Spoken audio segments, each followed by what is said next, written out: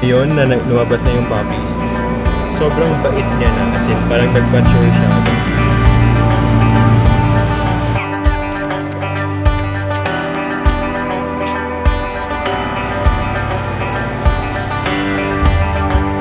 Ito siya yung lagi niyong naririnig. Iyak ng iyak. I don't know why. And kaka-open. Kaka-open lang ng eyes niya today. 12th day. Cute. Say hi to the vlog. Invite them to like, subscribe, and share this video. Or comment down below if you think I'm cute.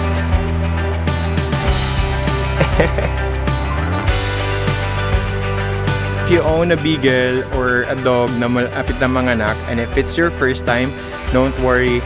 Within the video, I'm going to show you and I'm going to share to you the total experience that I had nung nanganak si Kyla. I was with her all throughout. Nung nag-labor pa lang siya, lumabas yung first, second, third, fourth puppy, and the sixth one. There is an instance na pinush ko yung tummy niya, help her out, kasi nahirapan siya. And I tried to, paano ba yun? Parang yung pina-forcep yung bata sa kanya. I tried to help her out to push the baby or push the puppy para malabas kasi nakastuck siya doon ng sobrang tagal.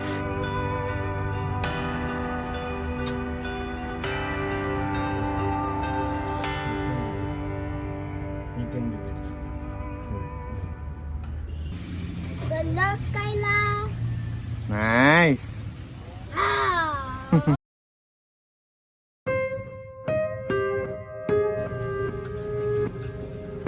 How cute. The dad is waiting outside.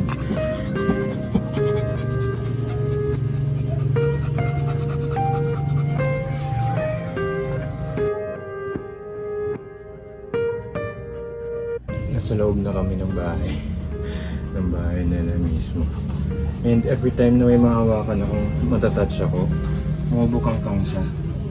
So, sobrang lapit na talaga. Yung mga nafe-feel. Pag may manahawakan ako, banda dito sa bandang likod. You know? Like that. Gusto mo yan, Kai?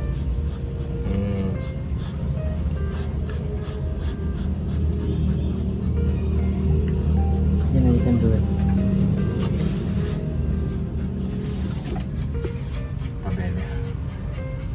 One of the signs na mga anak na talaga yung dog is this one.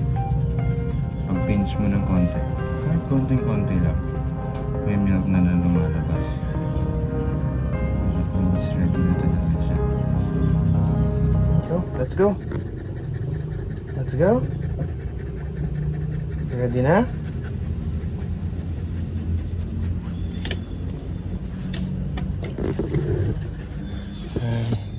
Sa loob na ako, pawis na ako. Pero, I'm not complaining. Kasi ano pa kaya yung nararamdaman nila?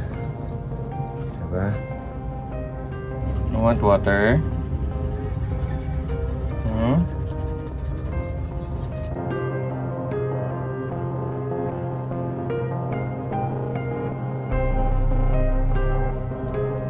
So ano-ano yung kailangan mong ihanda? Unang ihanda mo yung sarili mo. Make sure that you are prepared. And then maghanda ka ng maraming karton, basahan para doon sa wipe mo sa puppies, sterilized scissors, okay, and goat milk if you have goat milk. Make sure as well na malamig yung area kung saan siya manganganak.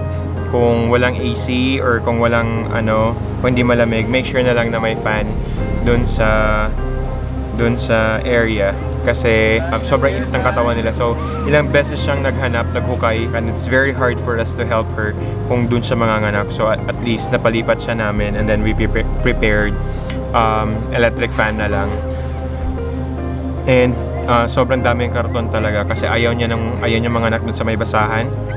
Yung basahan nilagay na lang namin para dun sa puppies after lumabas kasi gusto niya doon lang sa may karton-karton siya lagi.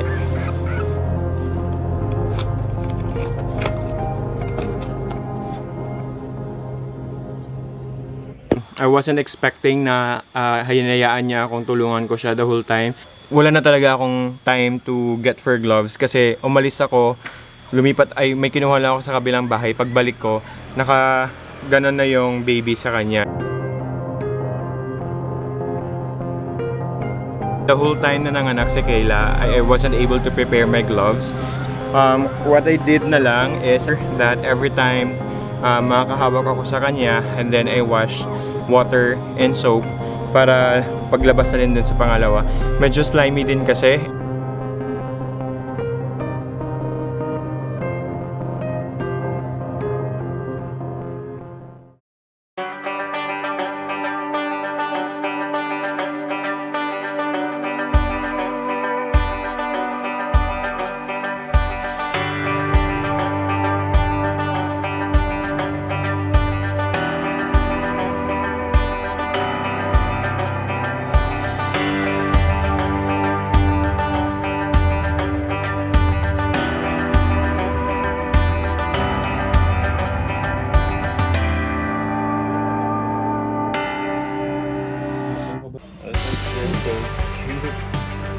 First baby is out.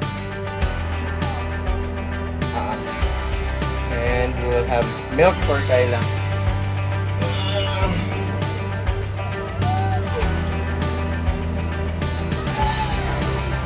Yeah.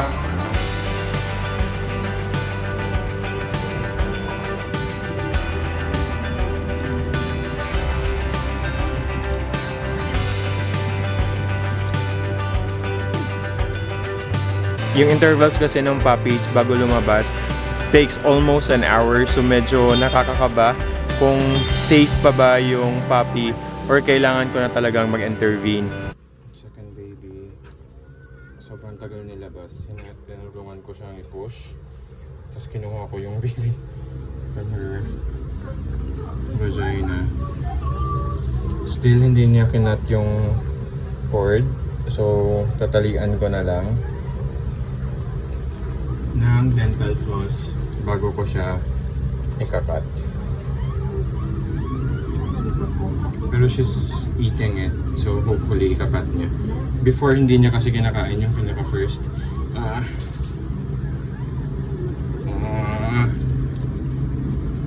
I think she's going to cut it, so we'll let her do that. Nag-intervene lang ako kanina kasi hirap na hirap siyang ilabas yung second baby. I guess pag ganito, tuloy-tuloy na yung next, hopefully.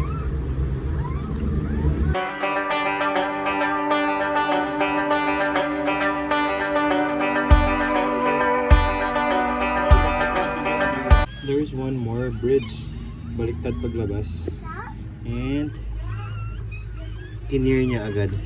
I'm not sure if it's a girl or a boy.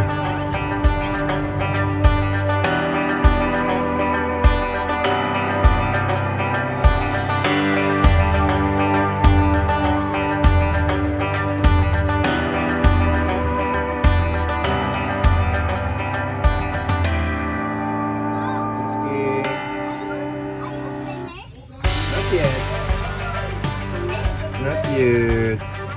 I'm looking after Kyla. Time check, it's now 9 and there's 6 puppies and I'm not sure kung meron pa bang lalabas, pero inabot na ako ng work ko. I have to work. So far, she's doing great naman and resting, so I'll just let her recover.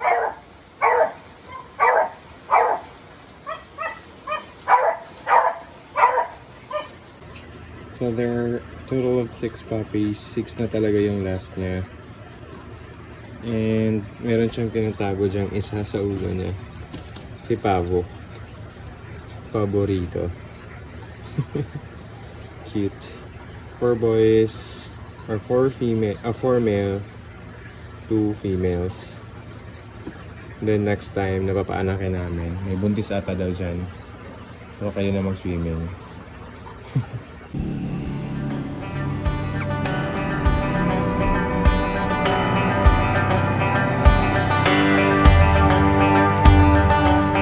show you the puppies as well. Sobrang cute and help me with their names kasi gusto ko sana dog names lahat. So ito yung pinakaunang dog na lumabas. I actually call her Una already kasi she's a female. So female yung unang lumabas, si Una, and her eyes are slowly bumubuka na. So cute. Ah!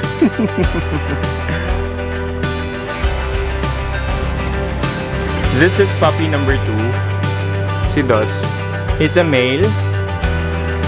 And slowly bumubuka na din yung eyes niya. 12th day today. Super cute. But syempre white eh. So they are pure beagle.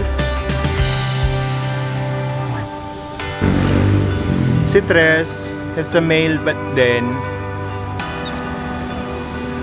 mas bigger actually si Dos.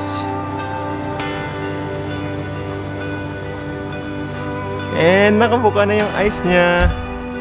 Cute. Hello, say hi to yourself. Ito si 4. Another male. Nung lumabas siya, bridge, ito yung nauna. Yung paa niya yung nauna. And then, sobrang ganda ng experience kasi ako lahat nung nagpaanak. And then first time kasi nanganak ni Kyla. So may instances doon na parang finorcep ko na yung baby. Pero ako lang mismo yung kumuha. So paano ko din natatandaan na siya si number 4? Siya lang yung hindi diretso yung dito. Naka-fold yung dito niya. Nice. Hello. Cute. Yung 5th is a female. Siya yung mini Kyla. Kasi pareho sila dito sa likod na may white dito. She's so tiny. Yan, she's a female. She's so tiny. Ang liit-liit niya. Very cute. Actually, yung mga boys, sobrang lakas dumede. So, there are instances na kailangan namin alisin, gusto ni Kyla na umalis. Kasi ayaw siyang tigilan ng mga boys. And sobrang laki na ng boys compared sa girls. So,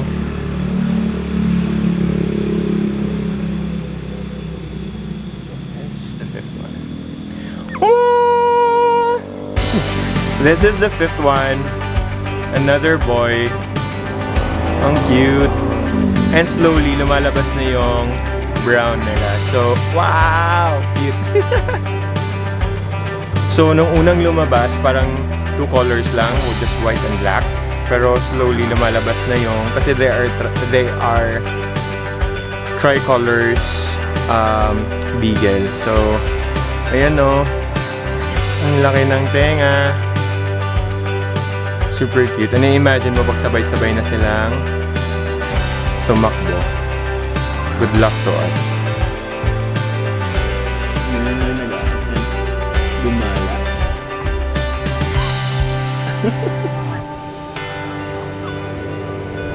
While the others are still sleeping. Grabe, tulog lang ng tulog.